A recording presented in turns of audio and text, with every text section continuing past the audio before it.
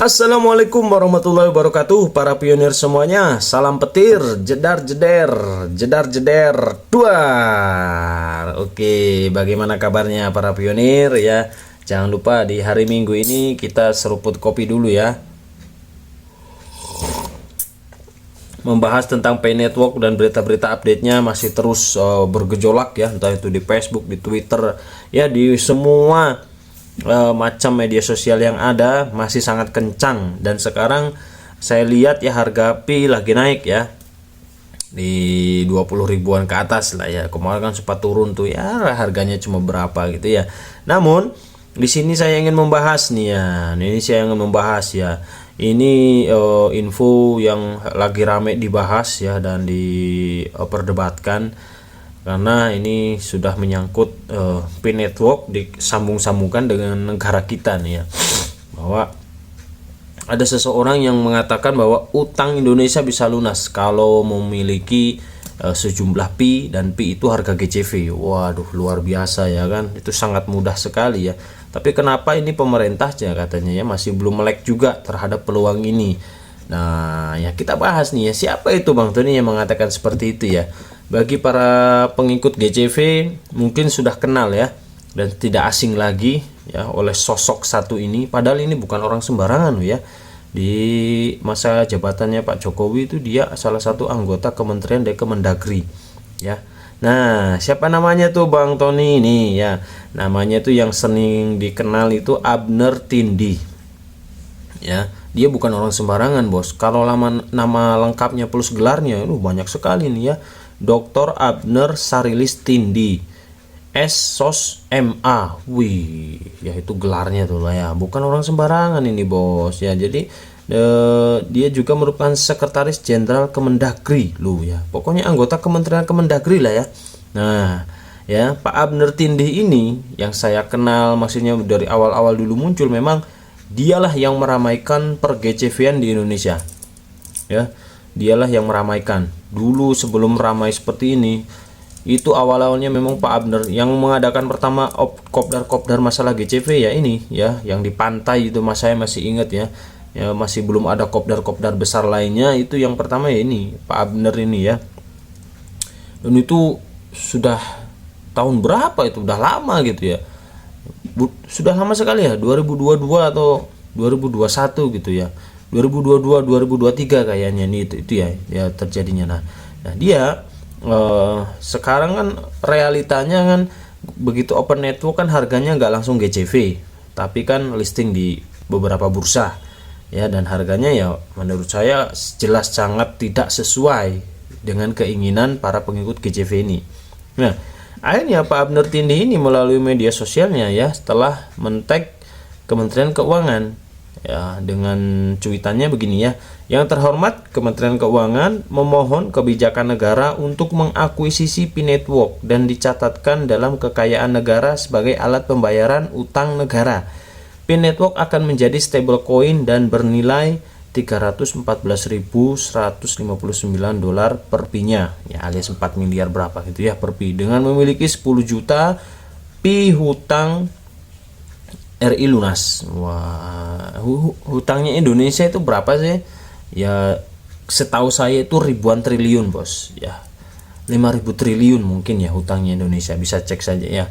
Nah, itu cuitan pertama. Ternyata tidak cukup di situ ya. Pak Abner Tindi juga lanjut ya men-tag Pak Prabowo dan Mas Gibran ya. Yang terhormat Bapak Presiden RI Bapak Prabowo dan Wakil Presiden Gibran, Ibu Menteri Keuangan. Nah ini ya, Pay Network sistem keuangan global telah diluncurkan. Saatnya mereformasi sistem keuangan bangsa kita. Mengakuisisi Pay Network solusi terbaik dan kesejahteraan rakyat Indonesia. Nah ya, jadi bagaimana tanggapannya nih ya? Kalau memang ini dilirik dan beneran, maksudnya dilirik itu ya dipertimbangkan ya. Tapi menurut saya gak cukup ya kalau hanya seorang Pak Abner Tindi hanya men-tag lewat media sosialnya begitu ya, gak bakalan nyampe ya, gak bakalan ngeh ya. Nah, apalagi ya kan, berita resminya kan di Indonesia Pay Network masih ilegal. Nah kan begitu ya, gak tahu lagi kalau sekarang sudah rilis di bursa ya. mungkin lama-lama juga akan otomatis menjadi legal. Nah ya, jadi statusnya P-Network ini di Indonesia ini kan masih ilegal gitu ya. Nah jadi kalau memang ingin diusulkan ke pemerintahan ya harus benar-benar membuat sebuah tim ya, maju baik-baik sana gitu ya, kunjungi kantornya satu-satu gitu ya, perkenalkan P-Network itu bagaimana gitu ya. Tapi apa namanya, kalau menurut saya ini ya, kalau ini menurut saya, karena memang saya kan bukan pengikut GCV, saya juga tidak mengurangi rasa hormat dengan Pak Abner Tindi ini, ya akan sulit lah ya, akan sulit dan masih lama ya, masih lama kalau ujuk-ujuk ya P-Network dijadikan sebagai mata uang digital ya, apalagi untuk membayar hutang-hutang itu ya. Untuk mencapai GCV pun kan kita gak ada yang tahu gitu loh bos ya. Jadi sekarang kita dikasih harga $2 aja ya, udah banyak sekali yang beramai-ramai antri menjualnya sehingga harganya merosot ya. Tapi hari Minggu pagi tadi ya sempat naik lagi harganya di 1, bersekian dolar gitu ya.